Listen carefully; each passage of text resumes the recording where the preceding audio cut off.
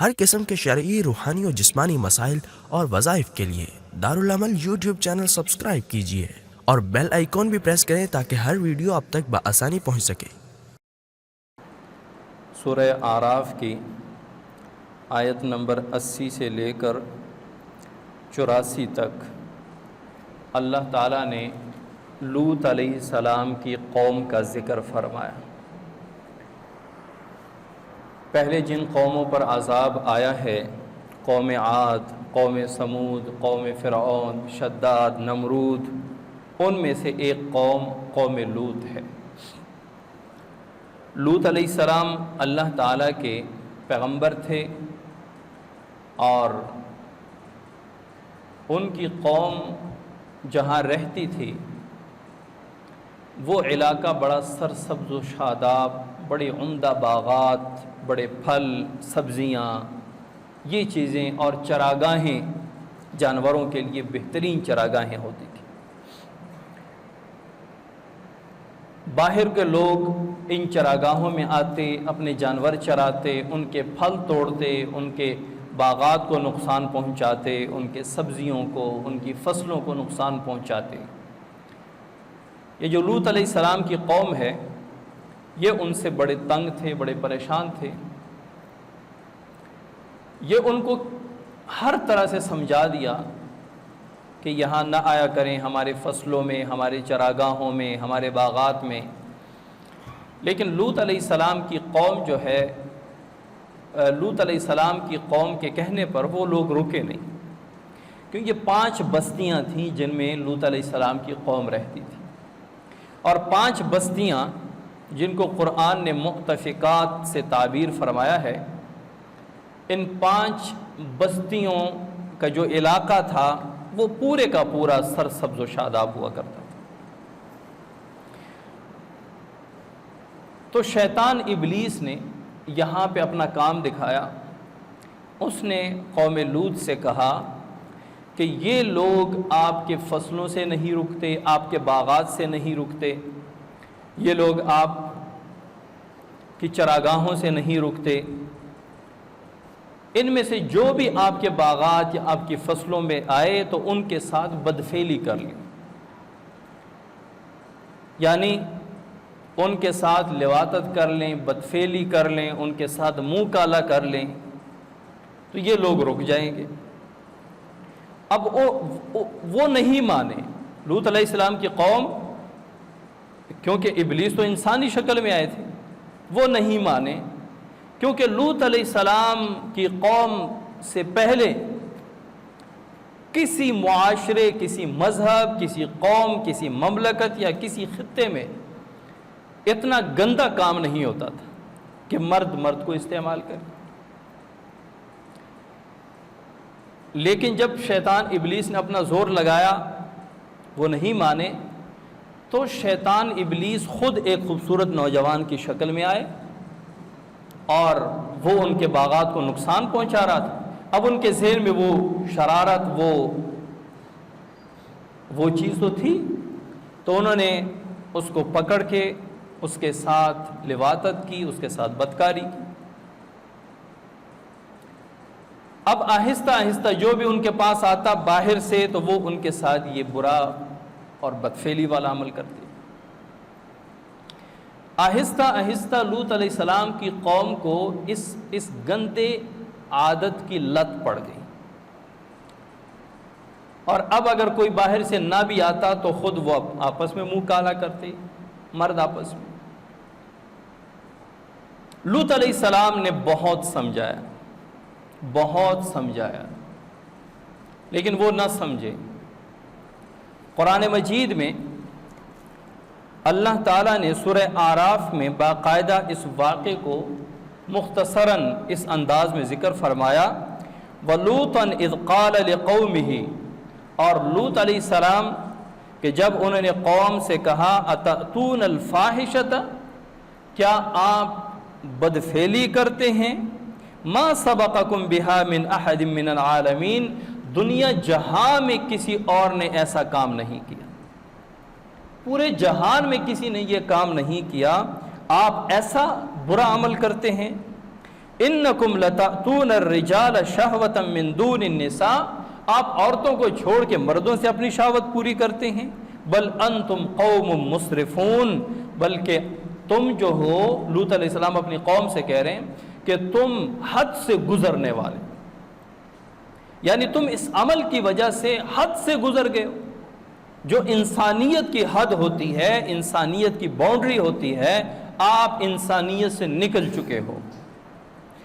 وما كان جواب قومه الا ان قالوا اخرجوهم من قريتكم، جب قوم سے کوئی جواب نہ بن پایا، اب اس کی تو کوئی دلیل نہیں ہے، نہ مذہبی کوئی دلیل ہے، نہ کوئی لاجک ہے ان کے پاس کہ وہ بیان کرے کہ ہماری یہ مجبوری ہے، نہ کوئی عقلی دلیل، نہ کوئی شرعی دلیل، نہ کوئی کتابی دلیل ان کے پاس ہے، نہ پچھلی قوم کی روایات یا پچھلی قوم کی تاریخ ان کے پاس ہے کہ فلاں بھی تو کرتے تھے، ہم اس لیے کر رہے ہیں۔ اب قوم کے پاس جب کوئی دلیل نہیں تھی، ما کان جواب قومہ، قوم کے پاس جب کوئی دلیل نہیں تھی، جب لوط علیہ السلام ان سے فرمایا کرتے تھے کہ یہ بدفعلی چھوڑ دو، یہ گندی عادت ترک کر دو، ختم کر دو، تو وہ کیا کہتے تھے؟ وما کان جواب قومہ، قوم سے جب کوئی جواب نہ بن پاتا، الا ان قالوا اخرجوهم من قريتكم، تو وہ ایک دوسرے کو کہتے تھے کہ ان کو اپنی بستی سے نکال دو، انہم اناس یتطہرون، یہ بڑے پاکیزہ لوگ ہیں، یہ بڑے پاک لوگ ہیں۔ اور یہ مسخرے کے طور پہ کہا کرتے تھے، تضحیک کے طور پہ کہا کرتے تھے۔ جس طرح آج کل بھی کسی کو کہنا کہ یار نماز کیوں نہیں پڑھتے، وہ کہتا ہے تو بڑا جنتی آیا۔ اگر کسی کو حیا اور پردے کی ترغیب دو، وہ کہتا ہے یار اپنی نظروں کی حفاظت کرو، آپ کی اپنی نظریں گندی ہیں اسی لیے سب آپ کو بے پردہ نظر آتی۔ جب جواب نہ بن پائے لوگوں سے تو وہ اس طرح کی بے تکی دلیل دے دیتے، یار اپنی نظریں نیچی رکھو، اپنی نظروں میں حیا پیدا کرو۔ بعض کہتا ہے کہ حیا تو دل کا ہوتا ہے، آنکھوں کا کیا، چہرے کا کیا پردہ ہے، اصل پردہ تو دل کا ہوتا ہے۔ یعنی عقل کی بنیاد پہ اسلامی احکامات کو تولتے ہیں، اگر عقل مانے تو ان پر عمل کرتے ہیں، عقل نہ مانے تو ان کو چھوڑ دیتے ہیں۔ تو یہ جن سے جواب نہ بن پائے تو وہ کیا کہتے ہیں؟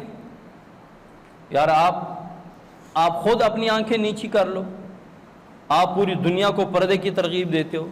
ہاں، اسلام نے اگر عورت کو پردے کی ترغیب دی ہے تو مرد کو آنکھیں نیچی رکھنے کی بھی ترغیب دی۔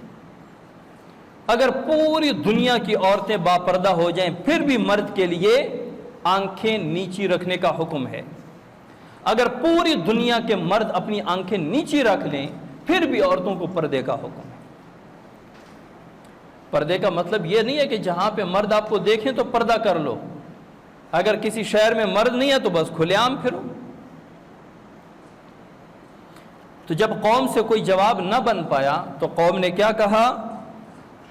اخرجوہم من قریتکم، ان کو اپنی بستی سے نکال دو، یعنی حضرت لوط علیہ السلام کو۔ انہم اناس یتطہرون، یہ پاک باز لوگ ہیں، یہ بڑے پاکیزہ لوگ ہیں، یعنی مخول کے طور پر وہ کہا کرتے تھے یہ بڑے پاکیزہ لوگ ہیں، ان کو بستی سے نکال دو، ہم یہ عادت نہیں چھوڑ سکتے۔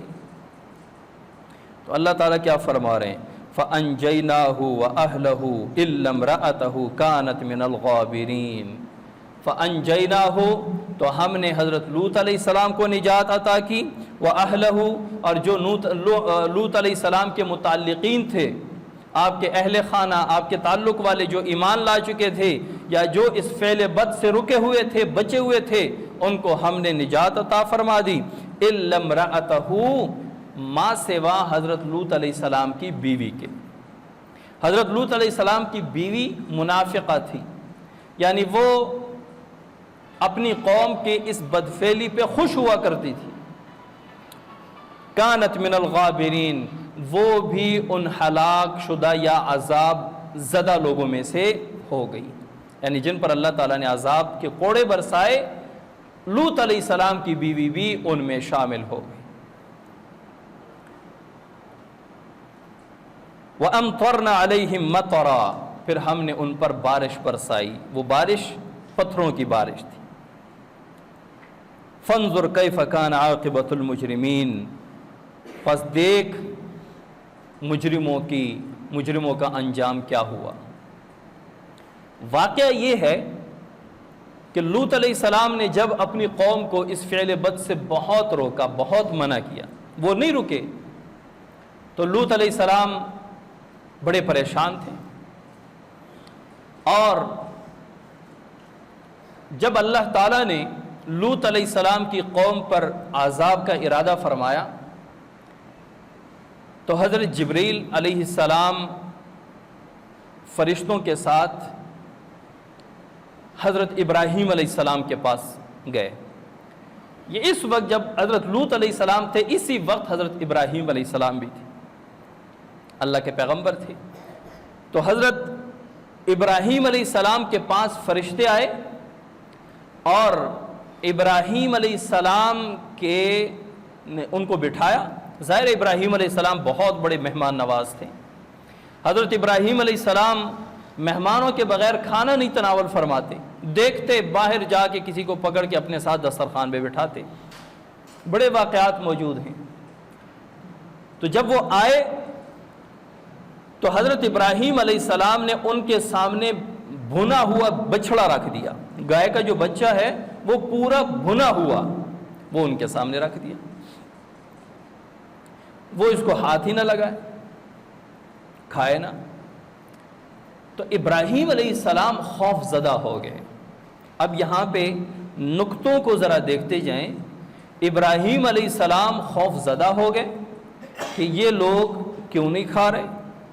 اب ظاہر ہے جبرائیل علیہ السلام اور فرشتے جو تھے وہ انسانی شکل میں آئے تھے، بڑی خوبصورت انسانی شکل میں آئے تھے۔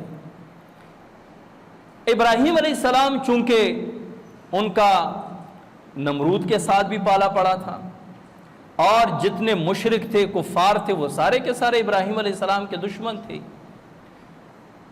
تو جو گھر آئے کچھ کھائے پیے نہ، تو ذہن میں یہی آتا ہے کہ ان کا ارادہ کچھ ٹھیک نہیں ہے۔ ظاہر ہے میرا نہیں کھاتے تو ان کا ارادہ اچھا نہیں ہے۔ ابراہیم علیہ السلام خوف زدہ ہو۔ تو حضرت جبرائیل علیہ السلام نے فرمایا کہ ہم اللہ کے فرشتے ہیں، ہم آپ کو بیٹے کی بشارت دینے آئے ہیں، ہم آپ کو بیٹے کی بشارت دینے آئے ہیں کہ اللہ تعالیٰ آپ کو بیٹا عطا فرمائیں گے۔ اب ابراہیم علیہ السلام بھی بوڑھے، ابراہیم علیہ السلام کی اہلیہ بھی بوڑھی۔ جب انہوں نے سنا تو انہوں نے کہا کہ میں بھی بوڑھی اور ابراہیم علیہ السلام بھی بوڑھے، یہ کیسے ہوگا؟ بہرحال حضرت جبرائیل علیہ السلام نے حضرت ابراہیم علیہ السلام کو بشارت سنا دی اور کہا، چونکہ وہ جب کہہ دیا کہ ہم فرشتے ہیں تو اس کا مطلب ہے کہ فرشتے کچھ کھاتے پیتے نہیں ہیں، اسی لیے ہم کھا پی نہیں رہے۔ اس کے بعد حضرت جبرائیل علیہ السلام نے عرض کیا، فرمایا کہ ہم لوط علیہ السلام کی قوم کے پاس جا رہے ہیں، اللہ تعالیٰ نے ان کو ہلاک کرنے کا حکم دیا ہے۔ ابراہیم علیہ السلام دل کے بڑے نرم تھے، بعض جلالی طبیعت کے پیغمبر تھے، بعض جمالی طبیعت کے پیغمبر تھے۔ اب حضرت موسیٰ علیہ السلام بڑے جلالی پیغمبر تھے، حضرت ابراہیم علیہ السلام بڑے جمالی پیغمبر تھے، ان پر جمال کا غلبہ تھا، ان پر نرمی اور ترس کا غلبہ تھا۔ تو انہوں نے بہت سمجھایا حضرت ابراہیم علیہ السلام، حضرت جبرائیل علیہ السلام کو، یعنی اپنے انداز میں، اشارات میں، کنایات میں، جیسے کیسے بھی، کہ وہاں تو اچھے لوگ بھی ہیں، وہاں تو لوط علیہ السلام بھی ہیں، وہاں تو لوط علیہ السلام کے اہل خانہ بھی ہیں، وہاں تو وہ لوگ بھی ہیں جو لوط علیہ السلام پر ایمان لے آئے ہیں۔ تو حضرت لوط علیہ السلام نے، حضرت جبرائیل علیہ السلام نے فرمایا کہ اللہ تعالیٰ نے جن کے ہلاک کرنے کا حکم دیا ہے وہی ہلاک ہوں گے، وہی لوگ ہلاک ہوں گے۔ تو اس کے بعد وہاں سے اٹھ کر حضرت جبرائیل علیہ السلام اور دوسرے جو فرشتے ساتھ وہ آئے حضرت لوط علیہ السلام کے گھر میں، اب نوجوان ہیں، خوبصورت ہیں، اور لوط علیہ السلام کی قوم میں جو بری اور گندی عادت تھی، وہ تو اپنے علاقے میں باہر کے کوئی خوبصورت نوجوان لڑکے کو دیکھتے تو وہ سارے اس پر اکٹھے ہو جاتے، اپنی عادت سے مجبور تھے، اپنی گندی اور فحش عادت سے مجبور تھے۔ اور حضرت لوط علیہ السلام کی جو اہلیہ تھی وہ فاسقہ تھی، منافقہ تھی۔ انہوں نے جا کے لوگوں کو بتا دیا کہ ہمارے گھر میں تو بڑے خوبصورت مہمان آئے ہیں، تو وہ سارے کے سارے حضرت لوط علیہ السلام کے گھر کے سامنے جمع ہو گئے اور نعرے لگا رہے ہیں، دیواروں پہ چڑھ رہے ہیں کہ ان کو باہر نکالو۔ حضرت لوط علیہ السلام چونکہ سب سے زیادہ غیرت مند ذات وہ اللہ کی ہے، رسول اللہ صلی اللہ علیہ وسلم فرماتے ہیں کہ سب سے زیادہ غیرت مند اللہ کی ذات ہے، اس کے بعد میں سب سے زیادہ غیرت مند، اس کے بعد تمام انبیاء سب سے زیادہ غیرت مند، کیونکہ غیرت ہی وہ چیز ہے جو ہو تو ایمان کی سلامتی ہے، غیرت ختم ہو جائے تو نہ ایمان ہے اور نہ انسانیت ہے، یہ دونوں چیزیں بھی نکل جاتی۔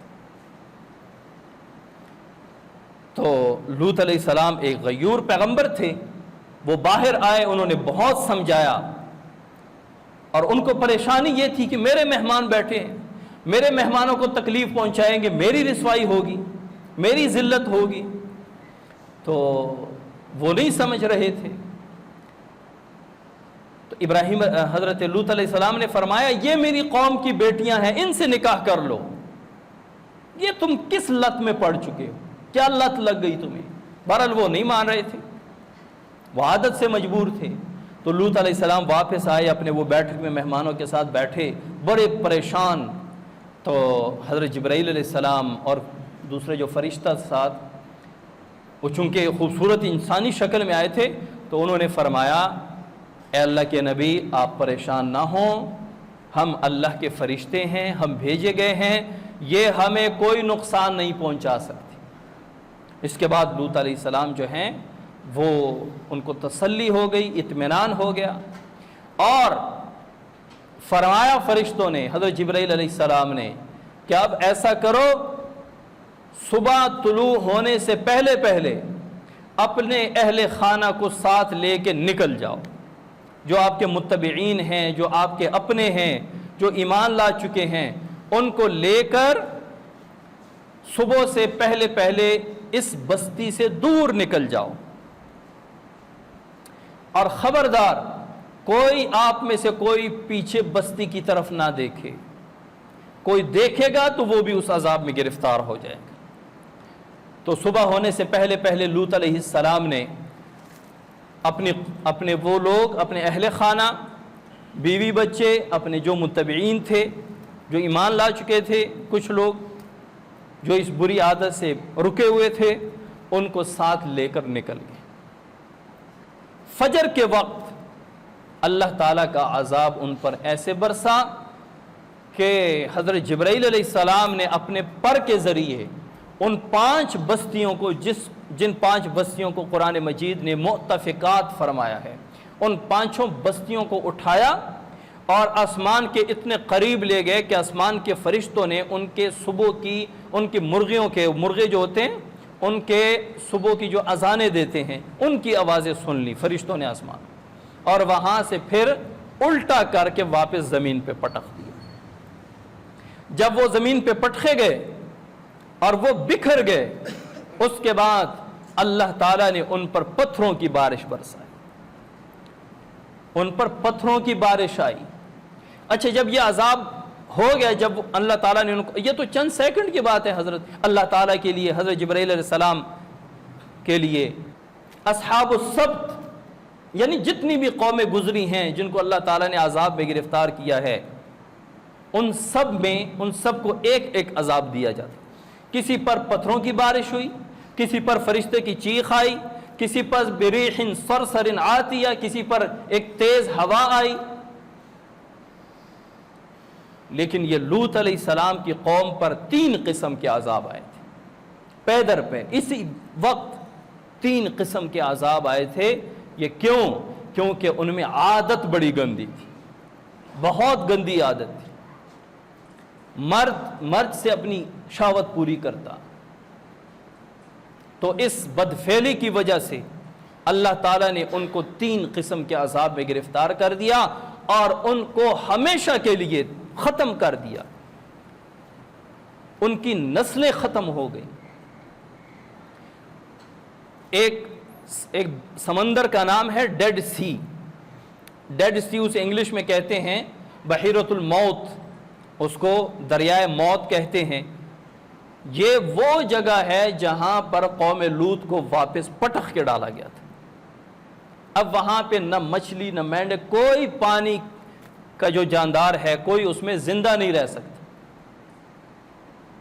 اب دریافت کرنے پر وہاں پہ قوم لوط کے کافی قوم کے مجسمے نکل آئے ہیں، لیکن وہ اتنا نمکین ہے کہ وہاں پہ اچھا نمک جو ہے ہوتا ہے وہ لگانے سے وہ چیز زیادہ دیر سلامت رہتی ہے، صحیح رہتی ہے.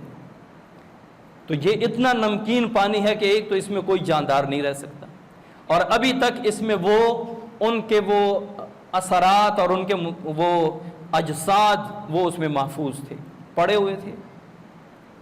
بعض تاریخ کی کتابوں میں لکھا ہے کہ فرعون کی لاش بھی اسی ڈیڈ سی سے نکلی تھی، اسی دریا سے نکلی تھی. تو یہ پورا واقعہ اللہ تعالیٰ نے قرآن میں بیان فرمایا، آپ صلی اللہ علیہ وسلم نے احادیث میں بیان فرمایا، اور عبرتناک عذاب کے طور پہ ارشاد فرمایا.